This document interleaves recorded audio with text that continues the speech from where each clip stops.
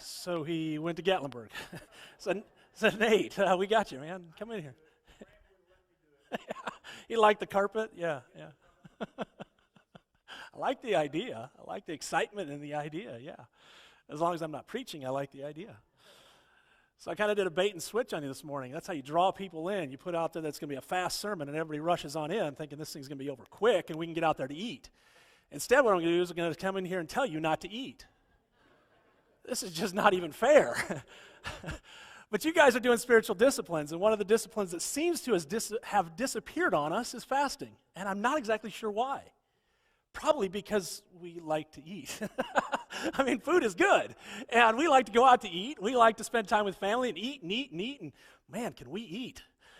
We created this thing kind of all-you-can-eat buffet, and man, we went nuts with it.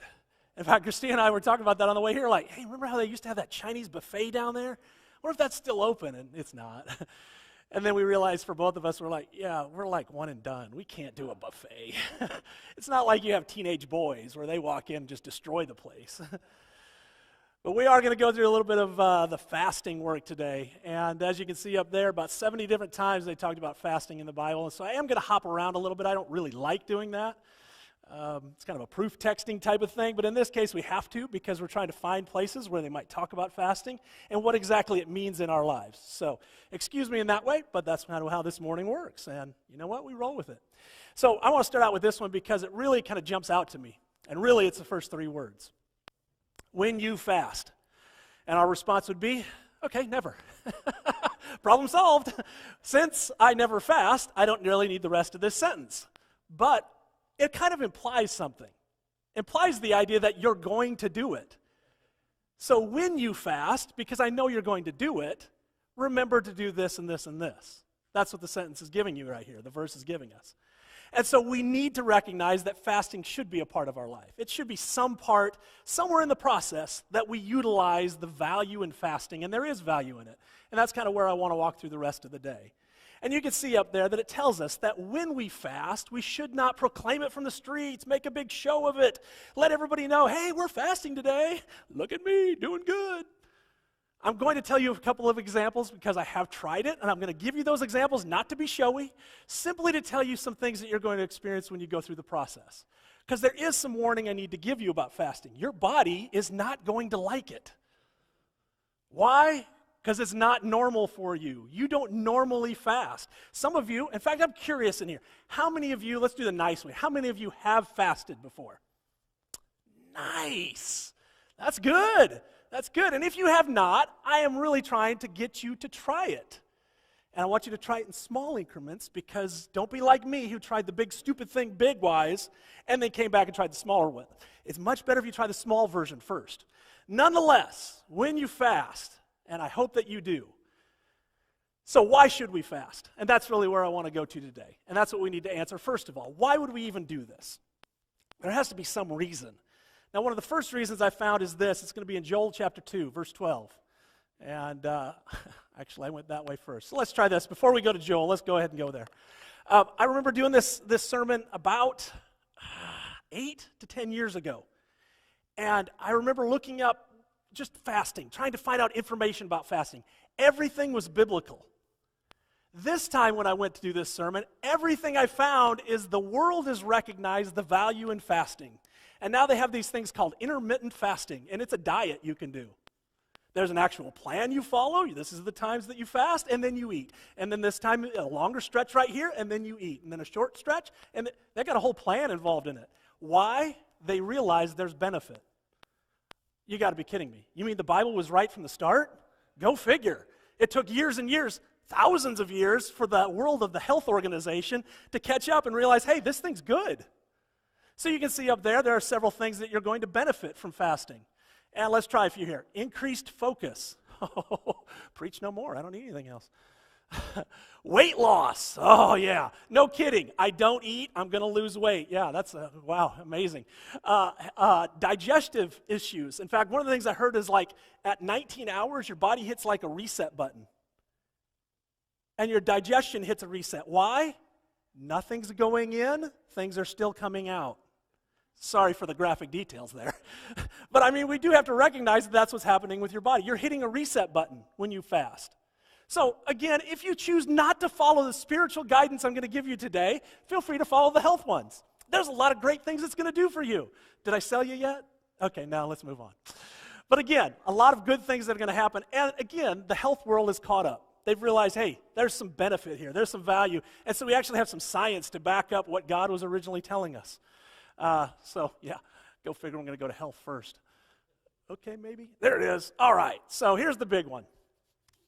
Are there times when we need to humble ourselves? And that's where Joel comes in. Joel chapter 2, verse 12.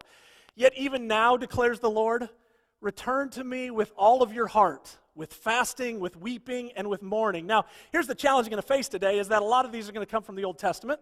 I have a few from the New, but most of them are going to come Old Testament. And he's talking to a whole nation of people. So he's talking to Israel. So Israel was sinning. Israel was having problems. And God is saying, hey, come back to me. And when you come back, fasting should be a part of that. There should be a state of humbleness. And if you're going to humble yourself completely, part of that is also depriving yourself. It's very easy for us to say, hey, God, give us something. Hey, Lord, bring us back to you. Hey, God, you do all the work. In fact, we like that in American Christianity. In fact, I've heard some of these things. God will meet you where you are. I.e., I don't need to change.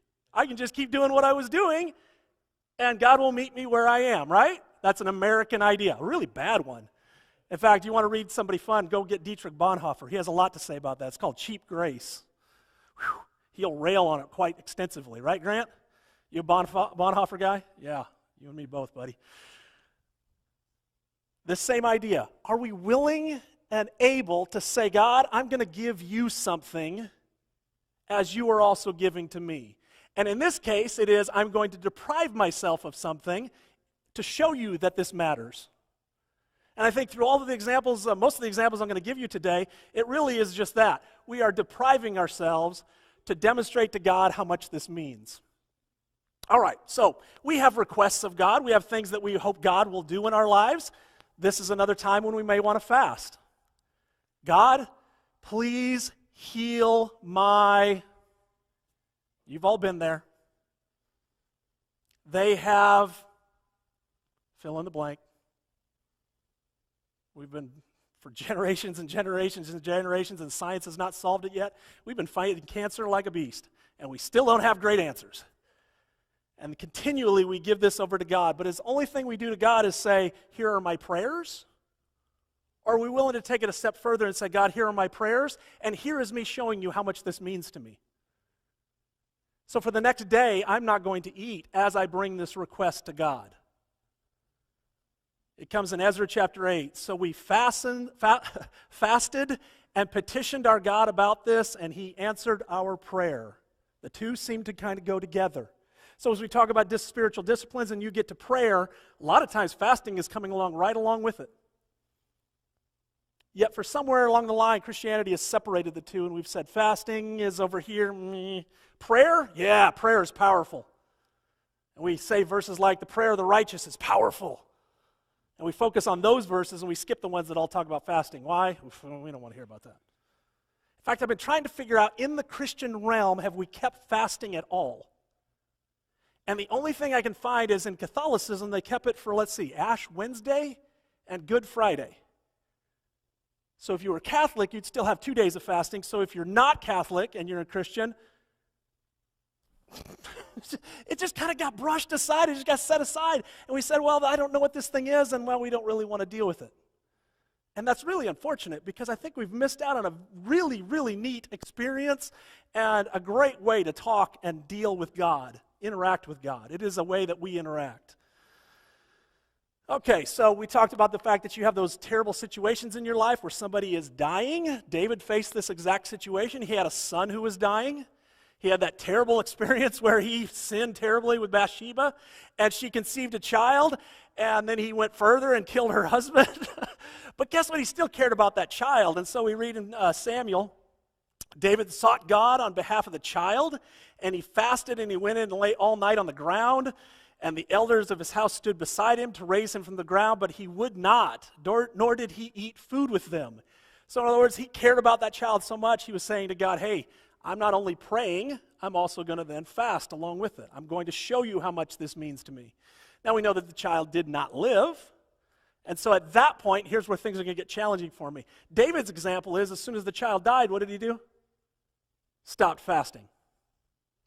But we have other examples. For example, in Psalm 69, 10, and 11, let's go ahead and skip over to that one, where it says this, when I wept and chastened my soul with fasting, that was to my reproach. I made sackcloth also my garment, and I became a proverb to them. So in that example, you've got a situation where somebody has just died, and the psalmist is saying, at that point, I'm going to fast, because I'm in sackcloth, I'm in that state of mourning, and at that point, I'm also fasting. So the question would be, why would you fast during the state of mourning? If it's not to request something from God, then obviously there's another element here. There's a portion of your relationship with God where you're saying to him, hey, I've just lost this person I love, and now I'm going to deprive myself because of my love for them, because of my care for them, because, you know what, God, you and I still have a relationship, and in that relationship, I'm still going to show you through my fasting that this relationship matters. In fact, if you want to do some studies, by the way, the Jewish nation is probably the best at mourning of anyone I've found. Go ahead and look it up sometimes. Those of you that like more research, look up the Jewish practice of mourning. It's incredible. And by the way, it involves the whole community that shows up at your home, which most of us would be like, no, thank you. I know my wife would. She's like, if I'm mourning over Nate, just leave a note on the door. We have another example from Esther here where you're petitioning God. Gather all the Jews, she says. Why? Because Mordecai has got this evil plan and he's going to destroy us all. So gather all of the Jews and hold a fast on my behalf because she's going to present to the king the request. But before that, they go to God with the request before they go to the king. Do not eat or drink for 3 days, night or day. I and my young women will also fast. Then I will go to the king. Because it's against the law and it's a dangerous situation, but then I will go to the king. I'm going to do all of this work before I ever do the big question, go in for the big request. So another interesting way of looking at fasting. So you're not sure exactly what you should do or where you should go. You're a little bit lost in your direction. You can find in Judges chapter 20 this idea. It says this, all the Israelites, the whole army went up to Bethel. And there they sat weeping before the Lord. They fasted that day until evening and presented burnt offerings and fellowship offerings to the Lord. And the Israelites inquired of the Lord. So, am I supposed to take this job, Lord? That's probably a prayer some of us may have done somewhere in our past. What degree should I have in college? Should I marry this person? What are we going to name our kid? I don't know. All the things that we might come up with as far as requests, things that we'd be inquisitive of. Do we fast first and then bring them to God saying, Lord, what should we do here? You are demonstrating a fact that you are willing to let go and release food to show God how much he means and how much his opinion matters and what you are, I guess, bringing before God. So I really like that idea. Now, the part I've been curious about, and a lot of these, as you see, are Old Testament things. Has there ever been a time when the Israelites did a specific daily fast? And I found a few different examples. One of the first is going to be in Daniel. Of course, you know, Daniel, he's into captivity in Babylon, and it talks about he, and also Shadrach, Meshach, and Abednego did the same thing. Sorry, Hananiah, Mishael, and Azariah. Let's keep their names proper. Get rid of them Babylonian names. Let's keep a good Jewish one. All right, so these guys all set aside and ate specific foods. So it's not specifically a fast, but you know what? In today's culture, we talk about fasts that come in many different forms. I've heard of this one. I have a coffee fast. In other words, I'm giving up coffee because of something, some reason. I'm going to not eat sweets today. It's a sweet fast. I think we've really minimalized this whole fasting idea, but it's all right. I understand the purpose behind it. It's not great, but you know what? That's the American way. Minimize it as far as we can get it so that it makes it a lot easier on us. In Luke chapter 18, verse 12, it says this. And it's talking about this, let's see, it's got the Pharisee and the tax collector. Is that right? Pharisee and the tax collector, right? And they both go to heaven. It's kind of a parable, a story. But in that story, That's what the Pharisee has to say. I fasted twice a week, like he's bragging about something. Well, why would he even mention this idea of fasting twice a week if it wasn't some sort of process that it was included in the Jewish nation? And so I think in that case, in fact, what I found is the more common thing was once a week was a given fast for the Israelites. Every week they knew Tuesday was fast day, and the whole nation fasted that day. So they had specific timed ones. Another example we find is in Zechariah, and it says this, the fast of the 4th, the 5th, the 7th, and the 10th shall be to the house of Judah. So once a month, at least we see in that example, there are specific fasts set aside. These fasts, it says in Zechariah, are going to be for this purpose. These other fasts then would be for the original purpose. So I think through this whole process, we're finding that fasting is a part of our life. At least it was a part of the Israelite life. It's also a part of in the New Testament. Because again, back to the very beginning, when Jesus says, when you fast, implying that we still will. All right, so I told you I was going to give you examples. Man, how long ago has it been? 15 years ago, I decided to try a fast. Why? Never done it in my life. Why? I grew up in a Church of Christ. Why would we fast? I'm just saying. Spent my whole life in church and never heard about fasting. This seemed odd to me. And so when I came across it, I was like, all right, let's try this thing. So I'm going to go 7 days. Because when you do something the first time, yeah, you go big, right? Idiot. Day one was great. It was wonderful. Had a nice talk with God most of the day.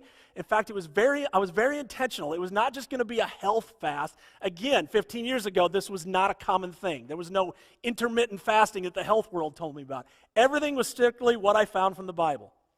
All right, when I got to day 3, suddenly, man, I had a headache like nobody's business. And I was like, what is this? And it was the hardest day. It was because my body was responding to this lack of food. And it said, hey, wait, something's weird here. What are you doing? And it knocked me with a great headache. But that day was the best day of my relationship with God. Why? I hurt. I was questioning the whole process. What am I doing here? Why am I depriving myself? So God and I had a lot of conversations that day. I had a lot of requests that day of God. Most of them revolved around aspirin, which I would not take. Day 4, wonderful. Day 5, great. I finally stopped it at day 5 because really I just kind of hit the point where I was like, I don't see what day 6 and 7 are going to add to this, and I accomplished what I wanted to do, and I stopped at day 5. And it was an awesome experience, along with an awful experience. So I'm going to tell you, you'll have great parts and you'll have awful parts, but your relationship with God will be amazing. Because I promise you, every time your stomach grumbles, you're going to talk to God. Because nobody else is going to take care of that problem. You're hungry. So God, I'm hungry. Let's talk for a while. By the way, day 5, you know what the first thing I did after I finished? Big old plate of Mexican food. Nobody said I was smart.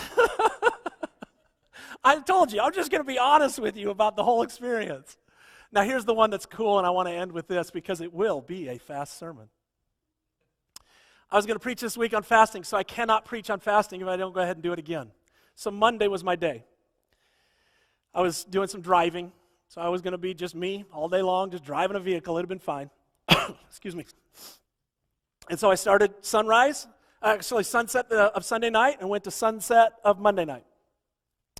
And I was driving most of that day, and I thought, you know what, I'm going to go ahead and do this fast. And I wasn't exactly sure why. I didn't have that in store. I wasn't petitioning God for anything great. I was just really kind of giving it to his hands. I said, all right, I'm going to talk about fasting. I better do this thing. So let's go for it. And so that whole day was fine. It was good. It was no major experiences, no headaches, none of the things that are bad or awful or anything along that line. But the part that was amazing is I spent the day just saying, God, do your will, do your will, do your will. All right, so that night, I stopped somewhere and I got something to eat, finally ate. The next morning I woke up and I'm filling up with gas, and here comes a homeless man up to me and started talking to me, and I was like, I didn't understand him, and so I was like, what was that? So he said it again. He was like, any chance you could get me breakfast? And I was like, man. I don't know about you guys, but I'm one of those that lives in a constant state of looking for God, and God showed himself that morning. I don't say any of this to brag about the fact that I fed a homeless guy. You guys do it all the time. What was my fasting about? And I missed this one here, but I'm going to go to this. One of my favorite verses in the Bible. Is this not the fast that I've chosen, that it's to loose the bonds of wickedness, to undo the heavy burdens, and to let the oppressed go free, and break every yoke? Throughout the Old Testament, you're going to read about this idea that God cares about the widows, the orphans, and the foreigner. It is prevalent through the whole book, through all of the books. You get to the New Testament and he talks about doing for the least of these, and he's constantly talking about those without food, those without clothing, those without. And I think God set that person there before me.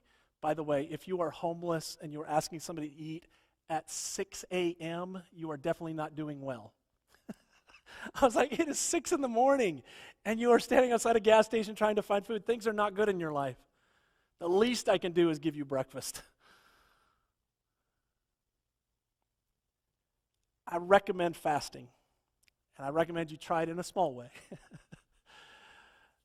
If nothing else, this is a point where the church should probably jump up and be doing it anyway, and that, I'll back up to this one, is when you selected elders. And I don't know if you guys read this one.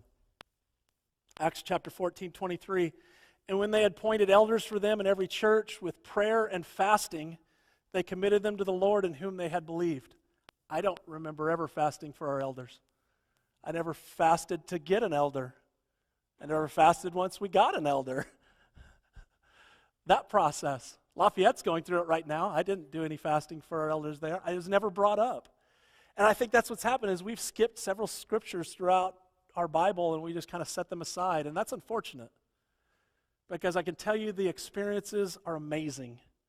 Fasting will not hurt you. It will only benefit you. And even more than that, it will benefit your relationship with Christ, which is ultimately, I think, what we're trying to do, right? All right, let's go ahead and stand and sing, Scott.